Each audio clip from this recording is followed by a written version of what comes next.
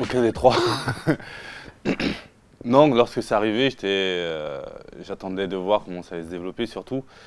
Et le problème en tant que sportif de haut niveau, c'était que nous, on ne pouvait pas trop parier. Ouais. Donc c'était surtout faire attention à ça. C'était plus un, entre guillemets, un handicap pour un sportif qu'autre chose parce qu'au départ, c'était pas très clair. On ne savait pas si on pouvait parier ou pas. Et puis bon, après, ça s'est bien développé. On peut parier sur d'autres sports, même pas sur notre sport à nous, quoi.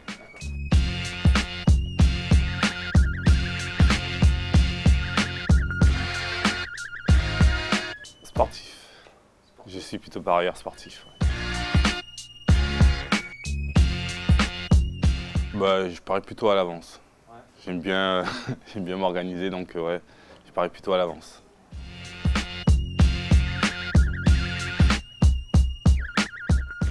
Pas l'athlé. Foot, plutôt. Basket, tennis.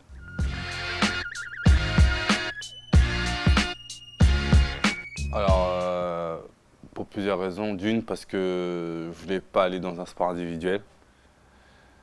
Deux, parce que c'est eux qui m'ont proposé, donc c'est aussi difficile de refuser. Et il y avait le rugby ou le foot, et c'est le foot qui est venu en premier, donc voilà.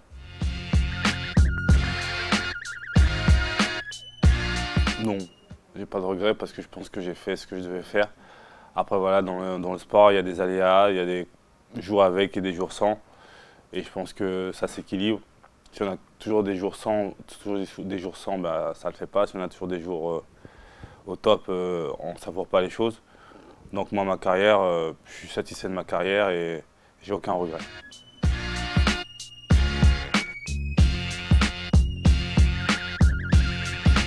Si, c'est frustrant, sachant qu'en plus de cela, c'était à la maison, c'était à domicile. Donc on a perdu l'hymne national à domicile, c'était la dernière épreuve.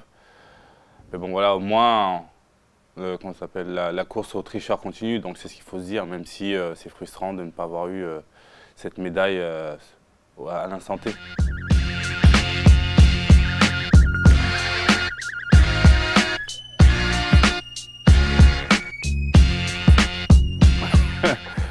Non, puisque je cours avec eux aussi, donc je me repose pas sur mes lauriers, mais c'est vrai que je suis passé de l'autre côté de la barrière.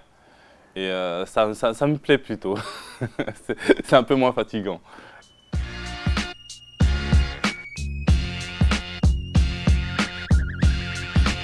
Ouais, je sais pas s'ils en bavent, mais c'est vrai qu'on a changé un peu leur façon de faire. Et je pense que maintenant ils se sont adaptés, physiquement ils vont bien. Mais c'est toujours pareil, quand on change une façon de travailler, au début, bah, c'est toujours difficile. Mais moi, ce que j'ai adoré, c'est que j'ai été super bien accueilli. Ils sont tout de suite rentrés dans le projet. Et c'est ça qui est intéressant aussi.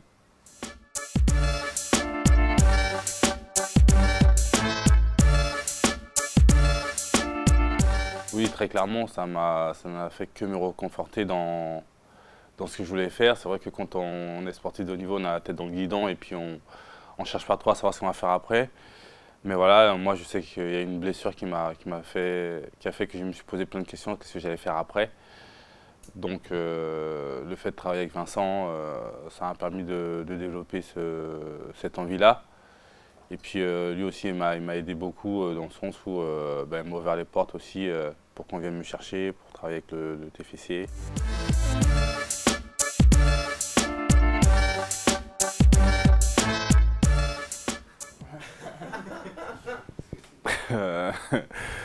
Non, aux dernières nouvelles, je me rappelle pas, non.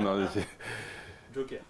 Non, du tout, j'ai jamais fait ça, mais je savais même pas qu'il y avait des athlètes qui avaient fait ça, donc qui avaient couru contre les trotteurs. Je suis pas certain que ce soit vrai en fait.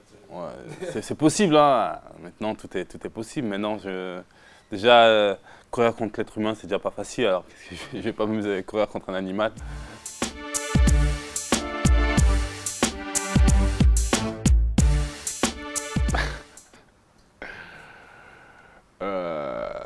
Je sais pas. Je dirais pas des sprinters, mais il y en a qui ont un gros coffre.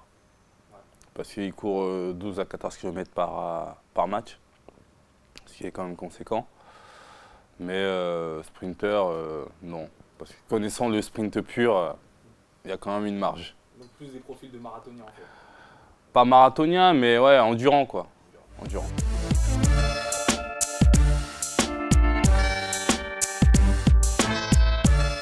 Oui, Marc, je fais des événements régulièrement avec lui sur différents sites. Donc j'ai des contacts réguliers, Stéphane aussi. Naman moins parce que comme moi je suis sorti un peu du milieu de l'athlétisme et que lui il y est encore un peu, on se voit moins, mais de temps en temps on se donne des nouvelles.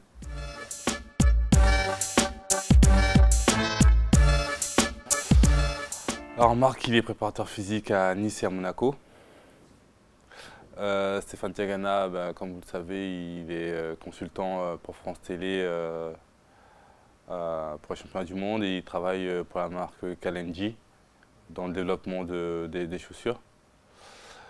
Et Naman Keita, je crois savoir, je ne suis pas certain qu'il ouvre son entreprise, mais je ne sais pas spécialement de quoi. Voilà. Et bah c'est tout, merci. De rien. Merci aux membres de la communauté PMU pour vos questions. J'espère que j'y ai bien répondu. Au revoir et à bientôt.